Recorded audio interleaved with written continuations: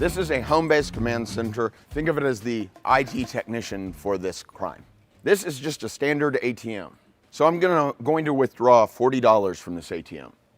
Select English, fund PIN. I'm gonna make sure to protect my PIN.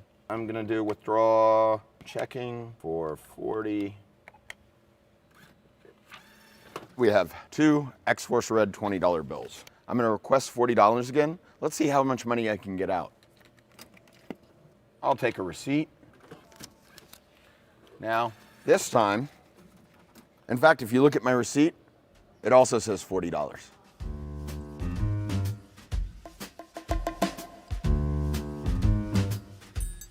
From a criminal point of view, one of the great things about this attack is that the bank has no idea what's happened. The bank told the ATM to dispense 2 bills. It has no idea that the attacker modified the response and changed it to 10 bills. And what operating systems do these generally run? You see everything from XP Embedded, XP, Windows 7, all the way up to more modern variants of Windows. So you're saying that the most vulnerable versions of Windows are deployed on thousands of ATM machines across the country?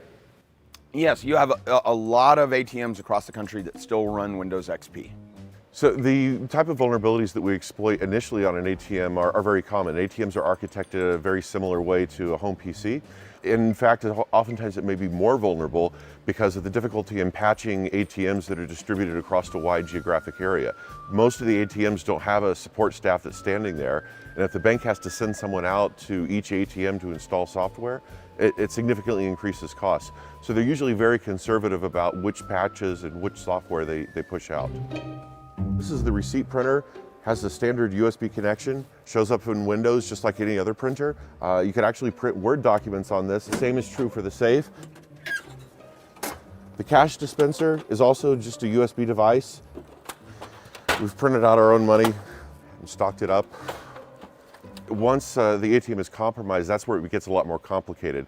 An attacker has to know how to communicate with the specialized devices. Each vendor has a separate set of hardware that they're going to be using. Every piece of software on an ATM has the potential to be a little bit different. So we create our own custom software when we're performing attacks. The attacker can monitor everything that's going on.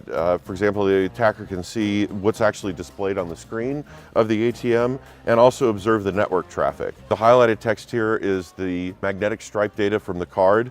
You can see the 4,000 corresponds to the $40 that Charles requested. A lot of people assume that when an ATM withdrawal is processed, the bank issues just a yes or no response. But in reality, it tells the ATM how many bills to dispense. So in the response, it told the ATM dispense 2 bills, but we can modify it as the attacker, change that 02 to a 10 so that 10 bills are dispensed. Do I need 2 people? Do I need you extracting cash and some attacker sitting in a remote location synced up?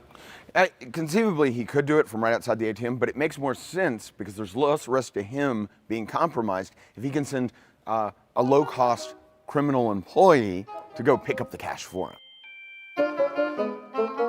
This is us taking control of the ATM. Now notice it goes out of service. Sometimes criminals may not want to put a card into the ATM for whatever reason, and they may just want to dispense money. It's often referred to in the industry as jackpotting, and it doesn't even require a card. David is just going to remotely dispense cash.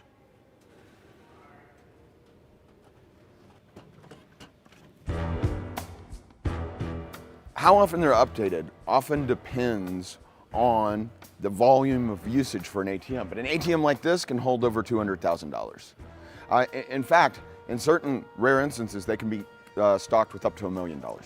And it's very difficult for banks to detect this in the short run because ATMs don't have a precise way of measuring how many bills are in the back. It's just a counter. It's really only if the criminals empty the ATM completely of cash that the warning bells go off.